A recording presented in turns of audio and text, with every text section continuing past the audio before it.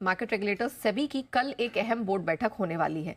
बैठक में वो कौन से मुद्दे हैं जिन पर चर्चा होगी, एक्सक्लूसिव डिटेल लेकर हमारे साथ इस वक्त स्टूडियो में हमारे वरिष्ठ सहयोगी ब्रजेश कुमार मौजूद हैं। ब्रजेश जी बताइए, वैसे भी सेबी के अनाउंसमेंट्स काफ़ी सुर्खियों में रहे हैं, उसका भी हमने इम्पैक्ट देखा है, लेकिन ये मीटिंग किस लिहाज से महत्वपूर्ण है, क्या क्या सुनने को या क्या क्या बड़े फैसले यहाँ से आ सकते हैं, ज़रा बताइए। बिल्कुल, अगर देखें तो ज़्यादातर जो मुद्दे पता चले हैं, जानकारी है जिनकी, वो मुद्दे ईज़ ऑफ डूइंग बिजनेस से जुड़े हुए हैं। यानी वो कंपनियों के लिए और लोगों के लिए कारोबार करना आसान बनाने वाले मुद्दे ज़्यादा हैं इसमें। अगर देखें तो सबसे जो एक अहम मुद्दा है वो ये है कि कंपनियों के लिए आईपीओ लाना कैसे और आसान किया जाए, इससे जुड़ी बातें हैं। अभी जो ये है कि मिनिमम प्रमोटर कंट्रीब्यूशन जो होता है उसको बढ़ाने के, मिनिमम प्रमोटर कंट्रीब्यूशन को कैसे आसान बनाया जाए, इससे जुड़ा एक प्रस्ताव है। इसमें ये होता है कि अभी जो है, अगर डीआरएचपी दाखिल करने के साल भर के भीतर आप किसी दूसरी सिक्योरिटी को कन्वर्ट करके शेयर में अपना प्रमोटर कंट्रीब्यूशन लाते हैं, जो कि 20% प्रमोटर को लाना ज़रूरी होता है, तो उसकी इजाज़त नहीं थी। 1 साल के और पहले आपको ये करना होता है, लेकिन ये अब मियाद जो है कम की जाएगी। यानी 1 साल के भीतर कोई दूसरी सिक्योरिटी कन्वर्ट करेंगे तो आपके प्रमोटर कंट्रीब्यूशन में माना जाएगा। दूसरा एक है जो स्टार्टअप्स वगैरह के साथ दिक्कत ये होती है कि बहुत बार उनकी जो प्रमोटर होल्डिंग है मल्टीपल राउंड ऑफ फंडिंग की वजह से 20% से नीचे चली जाती है, तो उन लोगों के लिए आईपीओ लाना थोड़ा कठिन होता था। तो अब इस पर जो है फैसला हो सकता है कि जो दूसरे नॉन इंडिविजुअल नॉन पब्लिक हैं, अभी भी कुछ संस्थानों को इजाज़त है कि वो बिना प्रमोटर का टैग लिए इस 20% कंट्रीब्यूशन में हिस्सा ले सकते हैं, तो उसका दायरा और बढ़ाया जाएगा। तो ये एक अहम मुद्दा है।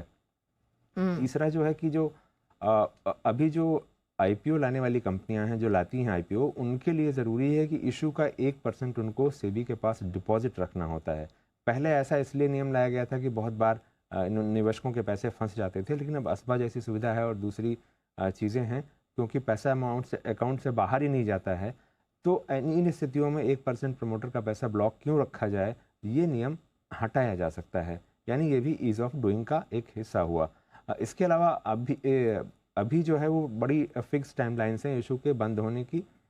तो वहाँ पर अगर कोई ऐसी स्थिति पैदा हो जाती है, जैसे बैंक स्ट्राइक है या कोई और चीज़ हो जाती है जिसकी वजह से इशू में दिक्कत है, तो उस मियाद को 1 दिन और बढ़ाया जा सकता है। कंपनियों के कंप्लायंस से जुड़े कई सारी बातें हैं, जैसे कि अभी करीब सेबी के 10 रेगुलेशन हैं जो लागू होते हैं मार्केट कैप के आधार पर, और मार्केट कैप कई बार बहुत तेज़ी से घटते या बढ़ते हैं। तो उन स्थितियों में एक 6 महीने के औसत का लेकर के फिर मार्केट कैप तय किया जाए, ताकि कंपनियों के लिए कंप्लायंस की जो दिक्कतें होती हैं वो इमीडिएटली नहीं आ जाएं। तो इस तरह के एक प्रस्ताव पर विचार है। इसके अलावा बोर्ड की मीटिंग की जो जानकारी देनी होती है, अभी जो अलग अलग किस्म की मीटिंग के लिए नियम है वो 2 से 11 दिन का है, तो इसको यूनिफॉर्म बनाकर 2 दिन लाने पर फैसला हो सकता है। साथ ही एक जो सबसे ज़्यादा चर्चा में रहा है हाल के दिनों में, T+0 सेटलमेंट, यानी आप जिस दिन सौदा करें उसी दिन आपके खाते में शेयर आ जाए या पैसे आ जाएं।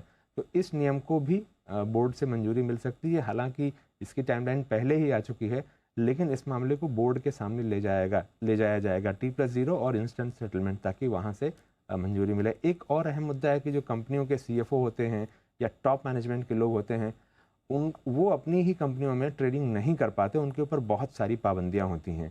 तो उन पाबंदियों को किस तरह से कम किया जाए ताकि दिक्कत भी नहीं हो उन्हें, और जो बेसिक इंटीग्रिटी है वो भी बनी रहे। तो इससे जुड़ा एक नियम वो है जो पास हो सकता है। साथ ही क्लियरिंग कॉरपोरेशंस, उनके लिए एक नियम इस तरह का आ सकता है कि किसी एक बैंक में उनका अधिकतम जो एक्सपोजर, यानी उस बैंक से जो उनके पास बैंक गारंटी आती है, FD आती है और दूसरी जो चीज़ें आती हैं, वो 15% से अधिक ना हो, ताकि बैंक अगर मुश्किल में फंसे तो उसका असर क्लियरिंग कॉरपोरेशन पर नहीं आए। साथ ही जो AIF हैं उनसे जुड़े कई नियम हैं जो मंजूर हो सकते हैं जी। और इसके अलावा रीट्स और इनविट्स से जुड़े कई नियम हैं जिनको लेकर के भी बोर्ड में फैसला हो सकता है। चलिए, तो कह सकते हैं कि नंबर ऑफ बुलेट पॉइंट्स हैं और ये सारे महत्वपूर्ण पॉइंट्स हैं जिस पर बाजार क्लैरिटी चाहता था और सेबी फाइनली इस पर कुछ फैसला ले सकता है। तो कल की बैठक महत्वपूर्ण रहेगी एंड ऑफ कोर्स ब्रजेश जी इसको पूरी तरह से ट्रैक करके आपके लिए सारी डिटेल्स सरल भाषा में छान कर लाते रहेंगे। Thank you so much Brajesh ji पूरी डिटेल के लिए।